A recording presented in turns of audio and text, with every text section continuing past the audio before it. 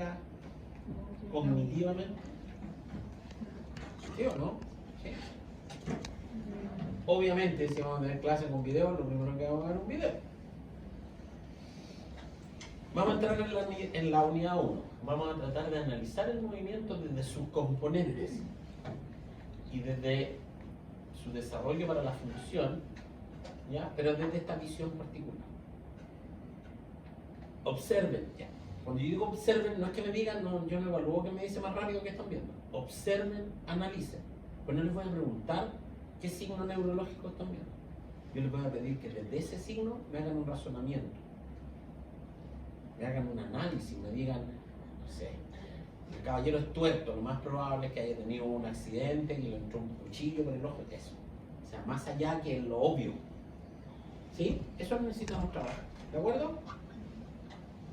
A ver si funciona esta cosa.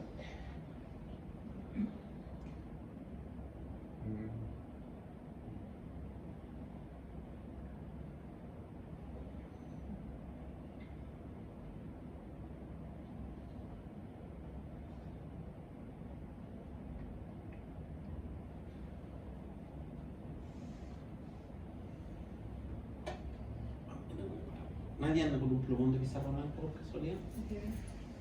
Cuando viene a buscar uno. Da lo mismo. Justo traje uno para rayarla. Estoy seguro que tengo. Ah, el negro. Ya. No sé, si te pizarra revisa.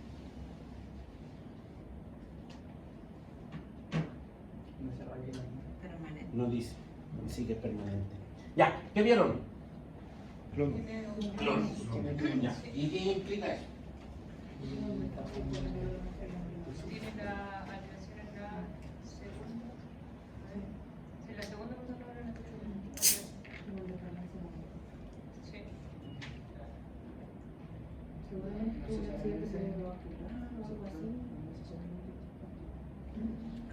Vimos un clon, ¿cierto? ¿Qué implica?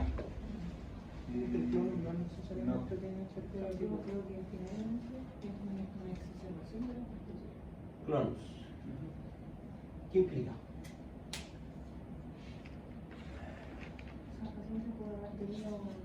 No diagnóstico médico. ¿Qué implica como la limitancia? ¿Limitancia de qué? En la... Es como cuando te dicen alterado. ¿De qué estaba pensando en verdad? Ya, pero ahí te fuiste a la función, le va a costar caminar, pero ¿por qué? Porque no tiene control. En ese sentido, no sé si estoy bien en esto, que tengo la idea. Ya el presidente va a intentar caminar y al hacer el esfuerzo, digamos así, se le va a desatar el signo. Ya, espera. ¿Por qué se produce un clonus? ¿Hay un daño de qué? Dejémoslo como daño. Hay un daño neurológico, ¿cierto? Sí. Ahora tenemos un problema mayor todavía. ¿Qué compone el sistema neurológico? Por llamarlo así, o sistema nervioso. Las vías. No, las vías, las bolas, pero las vías. Vamos, ¿dónde parte el sistema nervioso? El encéfalo, la corteza cerebral, ¿cierto? Entonces partimos del guante de box. Ya. ¿Qué más compone el sistema nervioso? Estamos hablando globalmente del sistema nervioso. Ya, la médula, aquí se nos saltó algo. Sí, me falta. El tronco. El tronco encéfalo, ¿cierto? Mm. Ya. ¿Qué? ¿Algo más? Obviamente todas las emergencias nerviosas. Emergencia, ya. Sí, todo el Pero centralmente hablando, ¿falta algo? día. ¿Seguro? Y el cerebro. Cerebelo. Ah, el cerebelo. Cerebelo. Ya, cerebelo. ¿Algo más? Le saco la sal. ¿Qué hay por aquí? ¿El tálamo? No. Ya asociado al tálamo aquí. ¿Y qué tiene que ver con el movimiento? Ah, los núcleos. Los núcleos. Sí, de la base. Muy bien. Los núcleos de la base. Tenemos cerebelo. Ya. Y la Caro nos habló de las emergencias, usaste ese término, no lo había escuchado nunca, ya no importa. Ya, que salen aquí, ¿cierto? Que son cervicales, torácicos, lumbares, sacros, ¿cierto? Sacros. Está Guillermo al lado, si lo voy a buscar para están equivocados. ¿Cierto? Ya. ¿Qué más tenemos en el sistema nervioso?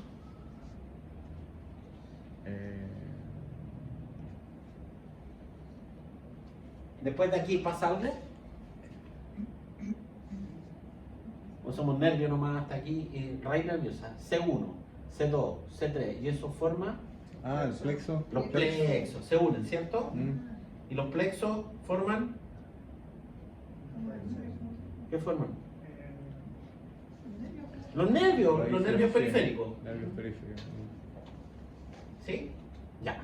¿Falta algo? Estamos en neuroanatomía. O sea, el nervio periférico tiene que llegar a la placa motora. Ya, Para que hagan ya. efecto. Placa motora, o sea, tenemos el músculo. Sí. Ahí tenemos el músculo. ¿Cierto? Que llega ahí. ¿Y qué más? Estamos armando el sistema nervioso, en eso estamos. La primera. Pero no está dibujada la primera neurona todavía. ¿Sabes cuál? Sí está, pues está incorporada en este proceso. Nos faltan los nervios sensoriales, Sí, falta el input. ¿sí? Que son los que van para arriba, Está el output completo del input. ¿sí? Y suben, ¿cierto? Ujú. Aferente, eferente, hasta a mí se me confunde, no importa. Son los que llevan la información, Lleva nitral. ¿sí? ¿Estamos claros? Sí. ¿Sí? Falta algo. Pues ya tenemos el sistema descendente, tenemos el sistema ascendente. Después nos vamos a meter aquí adentro para ubicar cosas dentro de estos distintos sistemas mayores, sistema corteza, troncoencéfalo, médula. Vamos a ir ubicando cosas, ¿cierto? ¿Pero qué nos falta? Porque estamos hablando neurológico y dijimos que esto era sistema nervioso, no le pusimos apellido. ¿Cuántos sistemas nerviosos hay? Central. Ya, pero ese es parte de cuál sistema nervioso, el simpático y el parasimpático. El autónomo. Del autónomo. ¿Y dónde está el autónomo? El ganglio simpático. No, pues está ahí en el llano, al lado del llano. No, es en la humillación. Está el sistema, la cadena simpática. ¿Dónde va la cadena simpática? Que los ganglios dorsales, ¿no? Aquí, Paralelito. en paralelo a la columna cervical. Ah, sí. Y el parasimpático acá, que parte de él es el vago. Todavía no lo conozco tanto como para hacer algún ejemplo con alguno de ustedes. Décimo par craneano. ¿De acuerdo? Y ahí está más o menos estructurado. Entonces, nuestro sistema nervioso está formado por dos: sistema nervioso central y sistema nervioso periférico. Y el periférico está formado por dos, que es el somático, que es el que ustedes conocen, que se forma desde el plexo, el nervio, y el autónomo. ¿Sí? Eso es lo primero. Este signo aparece cuando el daño neurológico, ¿en cuál nivel? Que son contracciones musculares. Es un clonus. ¿Sí? Entonces, en el proceso de razonamiento tenemos que hacernos otra pregunta. Este signo, que es un signo neurológico, ¿a qué se asocia? ¿A lesión de qué? Ah, segunda. Segunda división. Motoneurona. Ahí estamos. ¿Qué quieres que hagamos? Ahí estamos sufriendo. La segunda motoneurona. ¿Segunda motoneurona? No, primero. No es la primera y la segunda. El sistema nervioso. Entonces, más fácil. Volvemos a la primera pregunta. ¿Qué es un clono? Tenemos que volver al principio. ¿Qué es clono? ¿Por qué se produce? ¿Cómo ustedes sacan un clono? Si ahí está mostrando cómo lo sacan. Si el clono no aparece siempre, ¿qué tiene que ocurrir para que aparezca un clonus? ¿Quién sabe eso? Movimiento rápido. ¿De quién? En elongación brusca. ¿De quién? De un tendón. Es una elongación rápida de un tendón que va a generar una respuesta más que involuntaria, refleja. Por lo tanto, el clonus es un reflejo. Y dijimos que está involucrado el tendón. Por lo tanto, es un reflejo de qué tipo?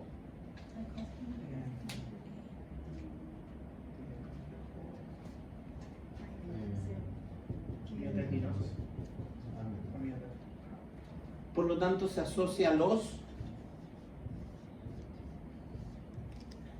¿Conocen los ROT? Los reflejos osteotendinosos.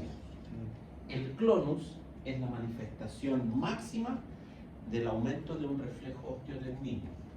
En este caso, el reflejo que está exacerbado es el aquiliano, que está en su máximo. Ustedes lo pudieran decir que tiene un ROT del aquiliano, del tendón de Aquiles, por eso se llama aquiliano, del Aquiles, 4 cruces. 4 cruces, porque tiene clonus.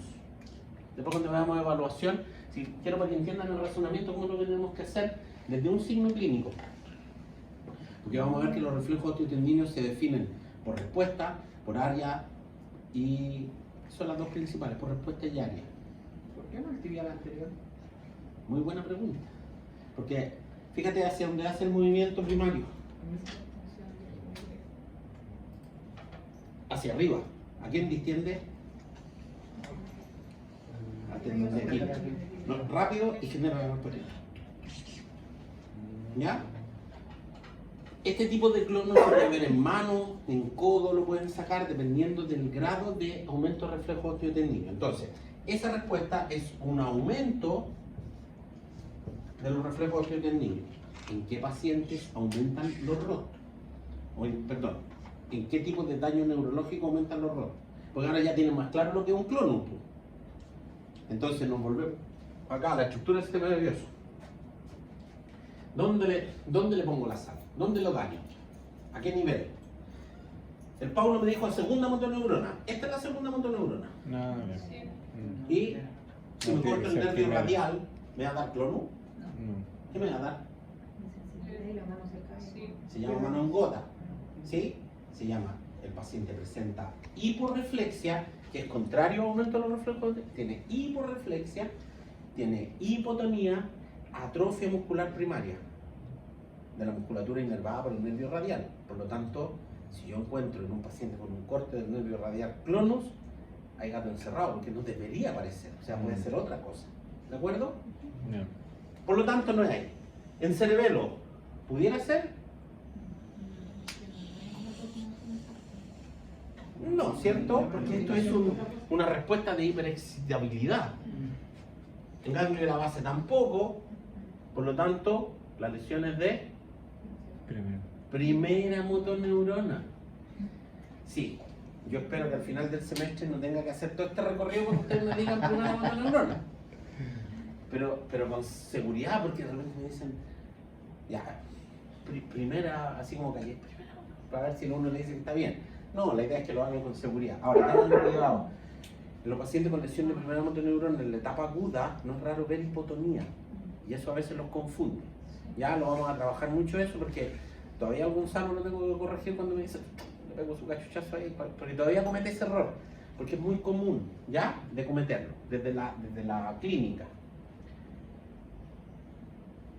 Si tenemos lesión de primera motoneurona, lo que estamos hablando es del sistema en serie. Después se lo voy a explicar más en profundidad. El sistema en serie está formado por la corteza, troncoencéfalo y médula, que es donde está la vía principal motora, que es la corticoespinal.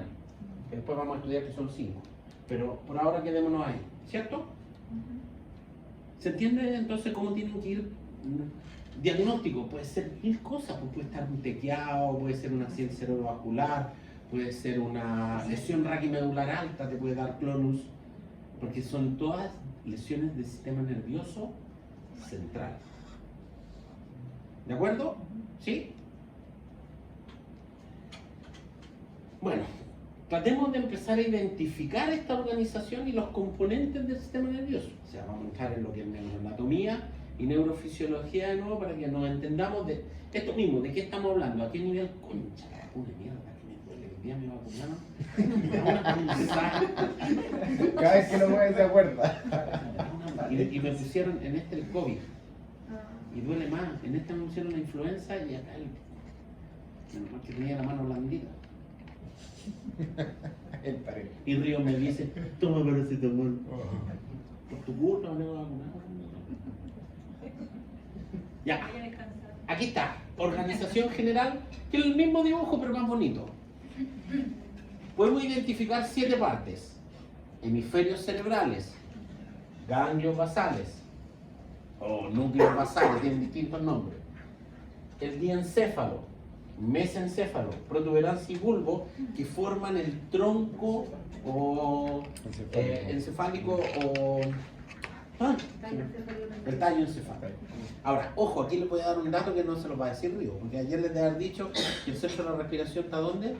Ah, en el bulbo. En el bulbo. Ya, pero ¿en qué parte en específico no les dijo? Ah, ¿No les habló de la formación reticular? No. En general, todas las funciones autonómicas, respirar, latir, ciclos circadianos, están en la formación reticular. Y esa tiene un nombre, se llama SARA, es la sigla, que es el sistema de activación reticular ascendente. Ah, sí. ¿Se acuerdan de la SARA? Sí. Una amiga del Pablo. Sí, la profe María José. Una vez, ya. El problema es que si ustedes buscan aquí a la formación reticular, no existe. Y me dice, pero ¿cómo si me han hecho clases de la... Si no existe? No, porque es una zona fisiológica y está ubicada en la parte posterior del tronco encéfalo. Y son un grupo como de 50 núcleos que tienen la función, tienen función química, tienen función física, para generar la coordinación, si ustedes me permiten, de todas estas funciones que son latir, respirar, etcétera, etcétera. Ahí está. ¿Ya? Formación reticular. ¿Qué más tenemos acá? El cerebelo en la parte posterior. Ahora, muy importante, ¿cómo se conecta el cerebelo al tronco encéfalo? Con los pedúnculos cerebelosos que están a nivel de la protuberancia. ¿Ya? Y el bulbo raquídeo, que es la conexión última antes de pasar a la médula espinal. ¿Sí? Entonces, definimos que el sistema nervioso central es esto. ¿Hasta dónde? Porque vimos que después sale a formar plexo. Entonces, ¿dónde hacemos la diferenciación? Desde el punto de vista docente. Después les voy a explicar que hay un continuo en el sistema nervioso para poder entender nosotros que hasta aquí es sistema nervioso central. ¿Por qué? Porque ahí empieza el grado de quina. Empieza Ya. a quedar la emergencia de ahí. Muy bien. Entonces, cuando llegamos a L1, que en el estricto rigor es T12, pero no importa. Hasta T12 tenemos algo que se llama el cono medular. El sistema nervioso, según muchos neurofisiólogos, dura hasta el cono medular, que es entre T2 y L1, depende. De ahí para abajo, por el canal medular, lo que siguen viajando son raíces nerviosas y se llama cauda equina o cola de caballo. ¿De acuerdo? Si la lesión que ustedes están observando es de T12 para arriba, lo más probable es que sea lesión del sistema nervioso central. O sea, si tienen un trauma raquiomedular con una luxofractura a nivel T2, ese paciente va a tener clonus. ¿Sí? ¿Se entiende? ¿Todos? Si tengo una lesión hasta T12, ¿por qué no uno en general, cuando es muy bajo, en T8 abajo, se puede dar una mixtura? Por eso, lesiones altas, medulares, de 5 para arriba, de troncoencéfalo o de corteza cerebral, lo más probable que tengamos una lesión del sistema nervioso central. ¿Ya? Cuando hay lesiones de cerebelo y de ganglio de la base, también se consideran de sistema nervioso central, pero no de primera motoneurona. ¿Ya? Y como si mal no recuerdo, les comenté en razonamiento, les dije que nosotros hablamos de deterioro estructural, ¿cierto? Que está en el concepto CIF. El deterioro estructural neurológico es el que tienen que ubicar. Entonces, en el caso de clonus, lo más probable es que el deterioro esté en la corteza, en el troncoencéfalo o en la médula hasta T5. ¿Sí? Lo más probable. Pero es un puro signo. Es como les voy a decir a Ríos cuando vean evaluación, que un crépito no te indica que el paciente tenga neumonía, pero es un signo que se asocia, que junto a otros puede ser neumonía. En el caso del clonus es un signo más que te orienta hacia un deterioro estructural neurológico, estructural, en la primera motoneurona. Que puede ser a nivel. En cualquiera de estos niveles. Y ahí tienes que seguir buscando signos para poder ubicarlo. Después lo vamos a seguir viendo. Pues estamos metiéndonos en la estructura del sistema nervioso para que la volvamos a entender. ¿De acuerdo? Pero es un signo importante. O sea, si usted saca un clonus, les descarta un montón de otras cosas. Rápidamente le permite poder hacer un razonamiento como el que hicimos ahora para que les permita ubicar en alguna parte esta lesión. ¿Sí? ¿Sí? ¿Estamos claros hasta ahí? Profe, tengo una duda. La segunda motoneurona va a tener, o sea, la primera va a inferir en la segunda. Si yo tengo daño en el cerebelo o en los ganglios, ¿igual pueden inferir en la segunda? ¿O Es que la segunda ahí pasa a ser solo la transmisión. Es como el cable de conexión. Pues ya, por eso es mi duda. Es como... Sí, no te va a dar hipotonía.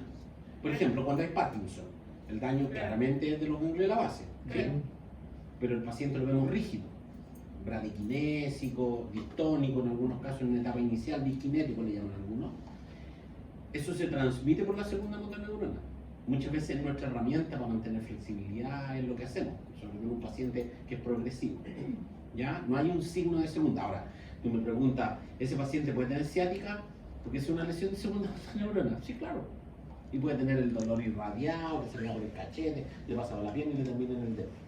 Y tiene Parkinson, entonces, como si tiene Parkinson no debería tener, no, si igual puede tener lesión. Se puede cortar un nervio y quedarle en la mano todo el resto del cuerpo hipertónico. Después vamos a discutir eso, pero el Parkinson es hipertónico, pero con signo de gota, sí, claro. ¿Un paciente con cáncer puede tener lumbago? Sí. Absolutamente. ¿Y tenéis que tratar el lumbago? Sí, po. Indistintamente que el diagnóstico de base sea terminal. O sea, eso un poco da lo mismo. ¿Ya? Va, mira, no, acá. Ya, ¿qué estamos viendo?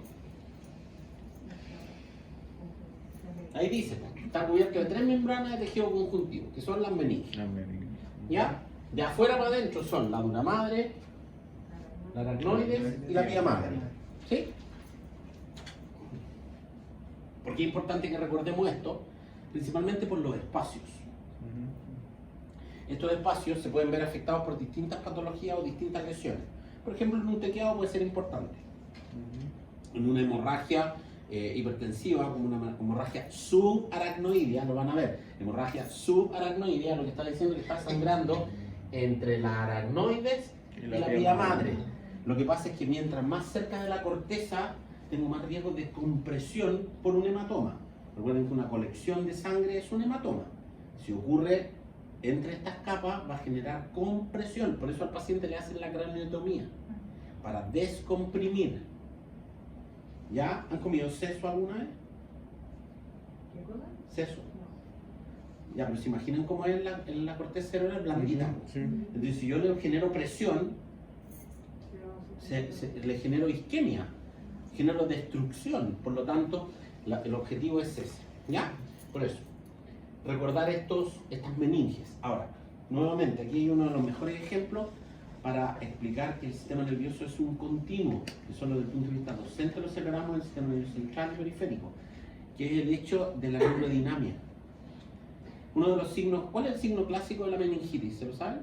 Cuando llega al servicio de urgencia, rigidez de nuca, ¿cierto? Rigidez nucal. ¿Por qué? ¿Se han preguntado alguna vez por qué le ponen la cabeza? O sea, a todos los que nos ponen el gorro, ¿se nos pone da meningitis? Sí, dice el sábado. Tiene experiencia en eso. ¿Por qué se pone rígida la nuca? Porque hay una inflamación. ¿Es la nuca la que se pone rígida? La inflamación de la. Sí, de acuerdo, sí, claramente, meningitis, inflamación de la meninge. Pero ¿por qué el paciente se le pone la nuca rígida? Suena rarísimo, ¿no? Sí. ¿Por qué ese es el signo? ¿Por qué será? No sé. Porque es un signo de neurodinamia como cualquiera, ese es la sigla de la... Lo que pasa es que el paciente pone la cabeza rígida porque si yo le flexiono la cabeza, como es un continuo, la meninge termina siendo el que recubre el nervio periférico, es la misma membrana. Sí. ¿Sí? Al flectarle la cabeza le voy a irritar la meninge y la meninge está inflamada por una infección. ¿Se entiende? Me siguen el razonamiento. Si el paciente está así, llega el médico, lo acuesta, le agarra la cabeza y se la va a doblar y el paciente dice, ni cagando. Y pone la cabeza, porque me va a doler, po. Si me dobla la cabeza me va a generar dolor. Entonces se llama rigidez de nuca porque el paciente evita. Y si el paciente, el médico o el que está en la urgencia hace mucha fuerza, lo que hace el paciente es doblar la rodilla. ¿Por qué? Porque de esa manera alivia la tensión en las meninges. Eso se llama el signo de Kernig. Por eso es porque lo que está haciendo es jugar con la membrana para evitar la tensión, porque él sabe, porque lo siente, que si le generan tensión en las meninges, le genera dolor. Entonces no es que la meningitis te produzca que tú pongas rígida la nuca. Lo que hace el paciente como forma de protección del dolor, pone la nuca rígida. ¿Se entiende? Por eso. Sí, el de Brunzinski, el otro. Rigidez de nuca, Brunzinski. El de Brunzinski es la punta de los pies. Sí. Es con la Una punta de de los pies. cadera. Sí. Como Miguel había dicho eso. Esos signos lo que hacen es buscar que la tensión neural se disminuya. Si tú tienes una inflamación a nivel neural en cualquier nivel, tú buscas que no exista tensión porque te va a generar el dolor. ¿Ya? Y el dolor o las parestesias, que no es lo mismo que la paresia. Las parestesias es como cuando se pegan en el codo y dicen me va a llegar un regalo, esa es una parestesia.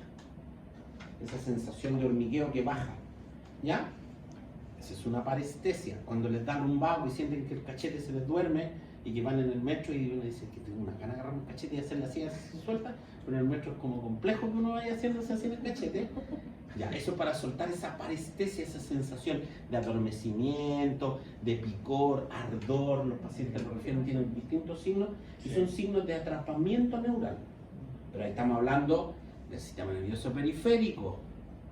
El signo de rigidez de nuca es porque hay una lesión a nivel de las membranas central. Pero eso me muestra esta continuidad del sistema nervioso. No es como se cortó aquí y pasa. Me acordé de algo, Lisset. El sistema nervioso periférico, para que te quede más claro, algunos neurofisiólogos lo han definido que inicia y termina en el ganglio de la raíz posterior o en el ganglio de la raíz anterior palmotor. Recuerden que después que sale la raíz hay un ganglio. De ahí para allá, claramente, es sistema nervioso periférico somático. De ahí para adentro ya lo definen como sistema nervioso central, para tener un punto anatómico más claro del término de uno y el inicio del otro. ¿Ya? ¿Estamos claros hasta ahí? Sigamos en el repaso. Hemisferios cerebrales. Ya. ¿Cuántos lóbulos? Trócua, frontal, parietal, occipital, temporal, que tienen funciones, y son bastante evidentes. Como para ubicarnos en el sistema nervioso, Diosito nos puso una rajadura ahí como para no perdernos. Ya está la cisura de Silvio y la de Rolando. ¿Y por qué creen que me echaron de locura? Por hereje me echaron de locura. Ya. ¿Qué quiero que vean? Uno cuando se imagina el frontal se lo imagina chiquitito, el lóbulo. Y el lóbulo frontal es grande. Sí, muy grande. De hecho llega hasta la cisura de Rolando. ¿Ya? Posterior a él está el lóbulo parietal, occipital, temporal. Si lo vemos de manera rápida, nosotros podemos decir que el lóbulo frontal, ¿qué hace? La conducta. Es más que la conducta. Es que es más que motor. Es el ejecutor por excelencia. El que hace. Este es el que hace. De repente la caga. Sí, estamos de acuerdo. Porque tiene que ver con la conducta. La conducta es una ejecución. O sea, el niño que salió en la noticia hoy día con TEA tiene un problema frontal en su TEA. Porque interpretó mal la situación. Y agredió a su profesor. Hay un problema de ejecución. Tiene que ver con la interpretación, de acuerdo, pero es ejecutivo. Por eso ustedes, Franklin les ha hablado del MOCA y el FAB, que le encanta ese tema, que son los test que se usan para los pacientes frontalizados. Ese es el término, frontalizados, ¿ya? Tienen problemas con las funciones ejecutivas. Ejecutar es hacer, ¿sí? El parietal, sensorial por esencia. Sensorial. Occipital, visual y temporal, auditivo y memoria. ¿Cierto? Eso como globalmente, después vamos a ver especialización hemisférica, pero eso serían como sus funciones, ¿sí? ¿Para qué sirve esta cuestión?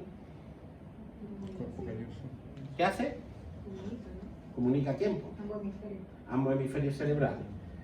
No se usa tanto, pero mucho tiempo en pacientes con epilepsia refractaria, el difícil manejo, les cortaban el cuerpo calloso y separaban los hemisferios cerebrales para controlar Hoy día se ha estudiado, lo vamos a ver en neuroplasticidad, la epilepsia como un fenómeno neuroplástico aberrante. Entonces como que el sistema le metían corriente y generaba estas respuestas tónicas. Y una resolución era cortar el cuerpo calloso. Separan los hemisferios. ¿Ya? La protuberancia, que es la que conecta con los pedúnculos cerebelosos. ¿Ya? Este que está hiperdesarrollado en las mujeres, ¿cómo se llama?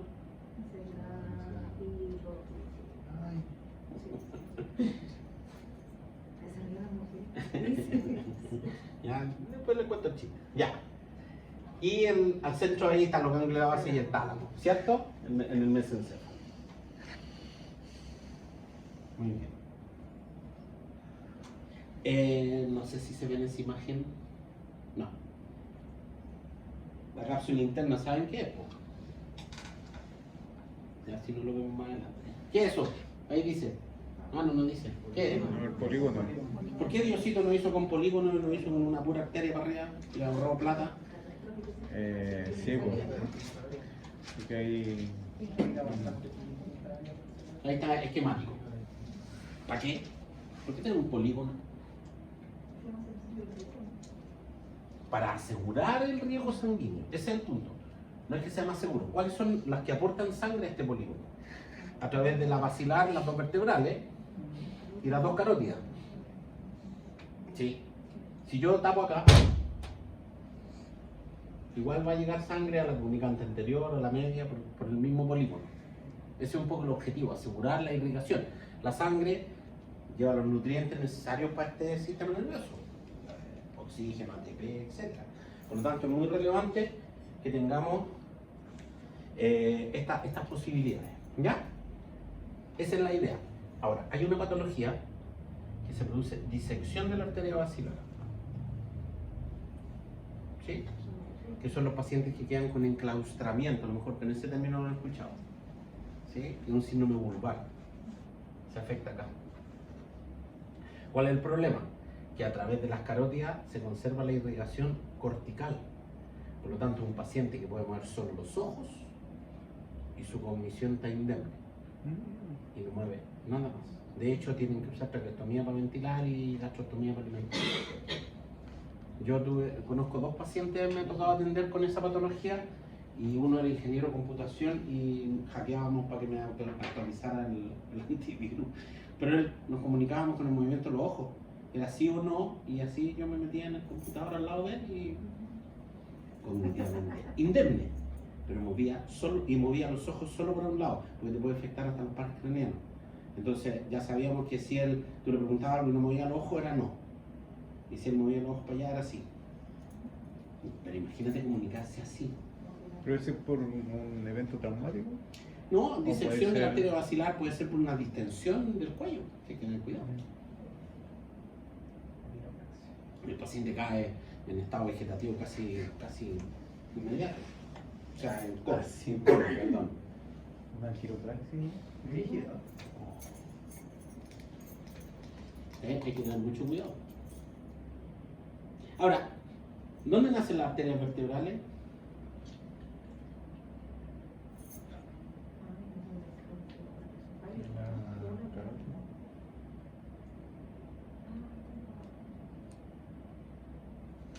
Bueno, Subclavio, ¿o no? ¿No? las arterias vertebrales nacen directo al callado de la aorta. Está el callado y en la parte alta del callado salen las dos. Entonces, ¿por qué hay tanto riesgo en un paciente con arritmia, por ejemplo, de que te haga émbolos que viajan y que pueden ir a alojarse al cerebro? Porque salen del corazón al callado de la aorta y están ahí mismo las vertebrales tirándole todos los émbolos para arriba al pobre paciente. Una valvulopatía te genera este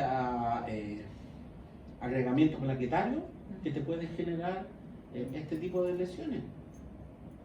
una C por FA, una arritmia cardíaca por fibrilación auricular, que hoy día la están sobrediagnosticando en personas jóvenes, te puede generar a través de estas arritmias agregación capitaria con riesgo de que hagan un trombo por un émbolo a nivel cerebral, teniendo algunas alteraciones de ese tipo. Sí, mi hermana tenía unos eventos porque ella es cardiópata, es operada de la válvula mitral.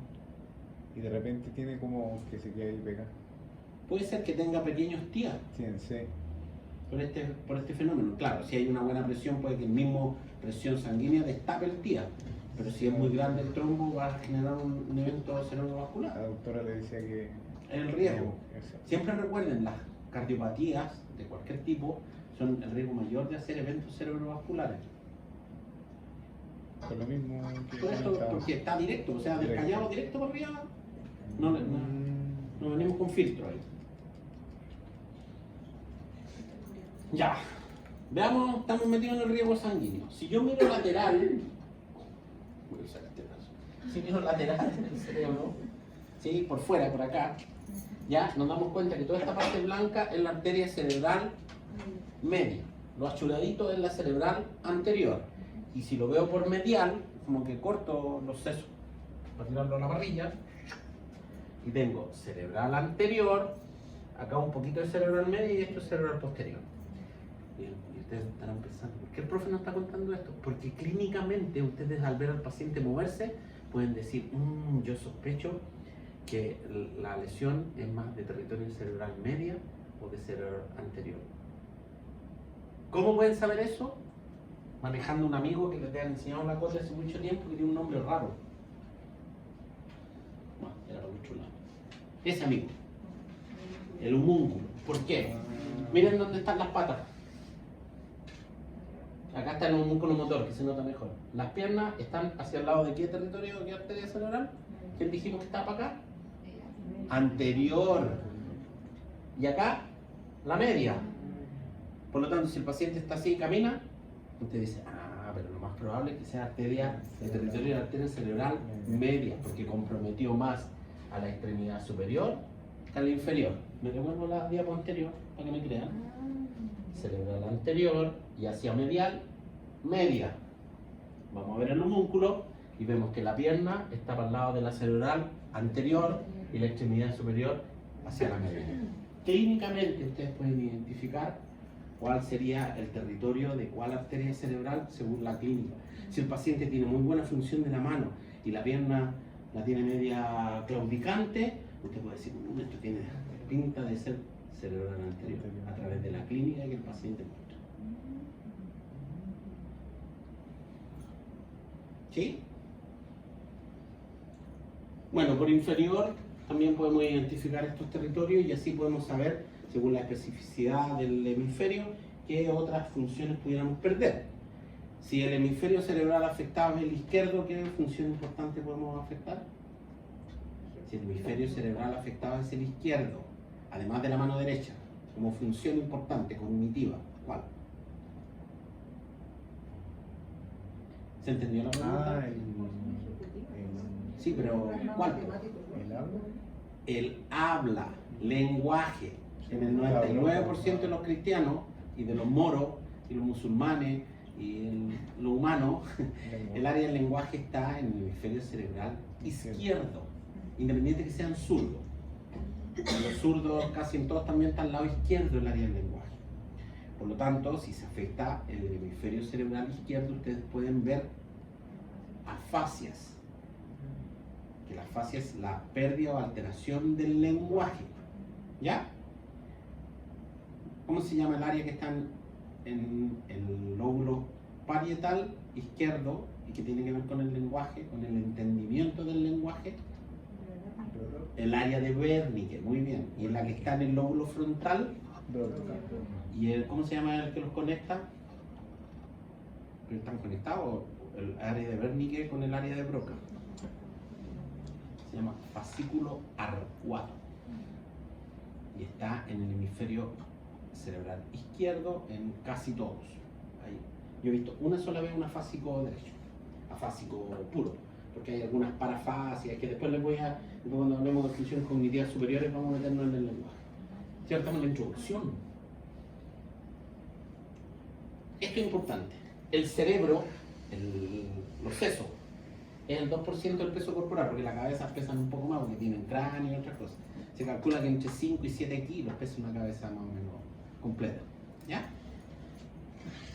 Tiene el 15% del gasto cardíaco. 15%. Escaleta. N. No sé qué otro término usan ahora. Para decir que es mucho. Y el 20% del oxígeno. Si para eso trabaja Río, para tirar el oxígeno al sistema nervioso.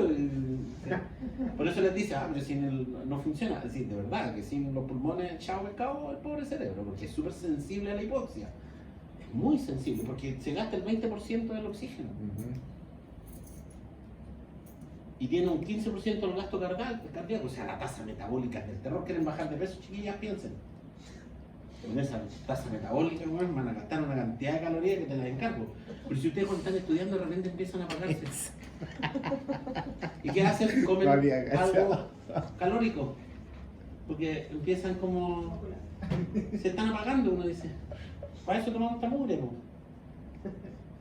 Para engañar al pobre sistema nervioso.